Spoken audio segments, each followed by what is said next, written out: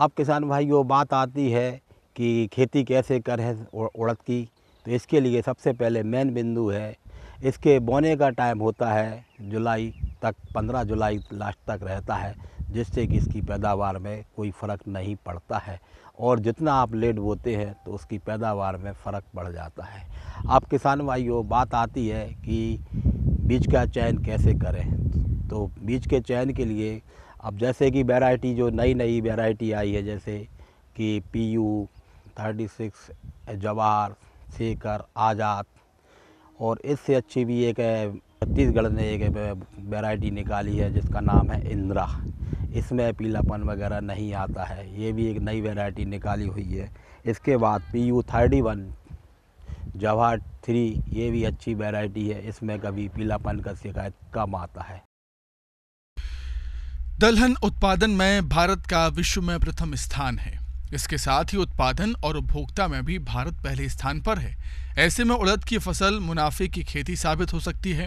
तो उड़द की खेती के लिए हल्की रेतीली और दोमट मिट्टी अच्छी होती है। मिट्टी का pH मान 6.5 से 7.8 के बीच होना चाहिए। इसके अलावा खेत में जल निकास की उत्तम व्यवस्था भी होनी चाहिए। किसान भाइयों, आप लोगों के लिए आजकल जो मौसम हो रहा है, ये हो रहा है बोनी करने का टाइम अब लगभग नज़दीक आता जा रहा है। इसमें आपको किसान भाइयों को एक उचित सलाह देना चाहता हूँ कि अभी जो है, जो खेत है उनको साद बखर के तैयार कर लें, पाटा चला लें और कल्टीवेटर से, इससे रोटावेटर से जो है पूरा क्लियर कर लें और समतल ज़मीन कर लें, बोने के लिए तैयार खेत को तैयार रखें। तो अब बात आती है कि उड़द की खेती में खाद किस प्रकार दें।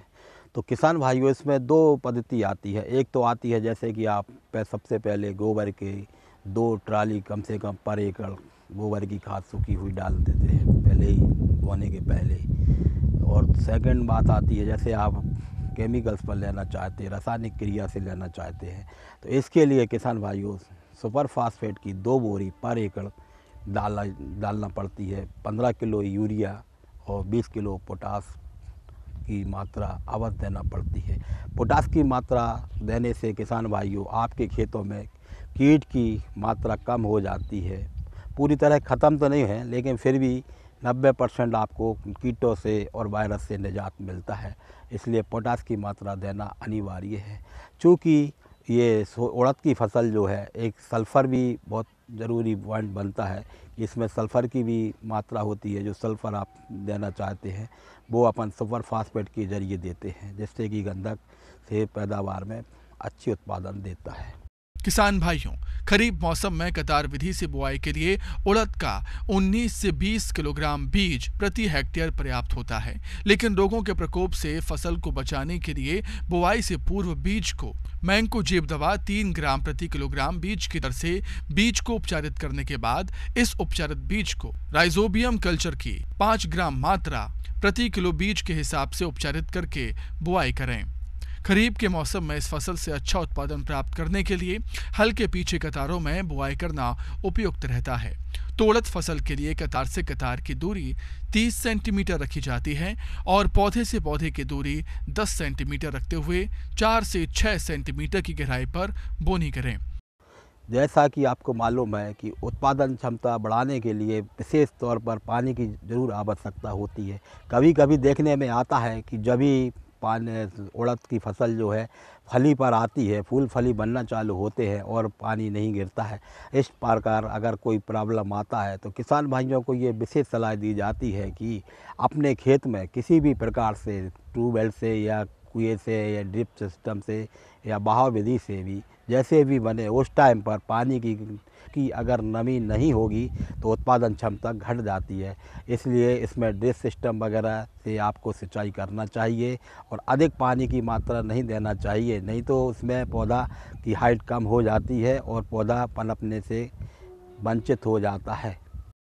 उड़द की फसल में नींदा नियंत्रण सही समय पर नहीं करने पर फसल की उपज में 40 से 60% तक की कमी हो सकती है। फसल और खरपतवार की प्रतिस्पर्धा की क्रांतिक अवस्था 25 से 30 दिनों तक रहती है। इसलिए आप पेंडिमिथिलीन दवा की 3.3 लीटर दवा को 700 लीटर पानी में घोलकर प्रति हेक्टेयर की दर से बीज बुआई के 72 घंटों के अंदर छिड़काव करें, जिससे उड़द की फसल में खरपतवार नहीं उगते हैं। बरसाती फसल में उड़द में बहुत ज़्यादा खरपतवार पैदा होते हैं, जैसे कि गाजर घास हुआ, बोखना, दिवालिया, चैच, इस टाइप की बहुत सी मतलब पौधे तैयार हो जाते हैं। किसान भाइयों, अगर आप खुरपी से मजदूर लगाकर या किसी भी डोरर चलाकर किसी भी प्रकार से आप ये जो है अपने खेत के अंदर जितने भी खरपतवार उग रहे हैं इनको आप पूरी तरह से नष्ट करें और जहाँ तक हो खेत में किसी भी प्रकार का कचरा ना हो।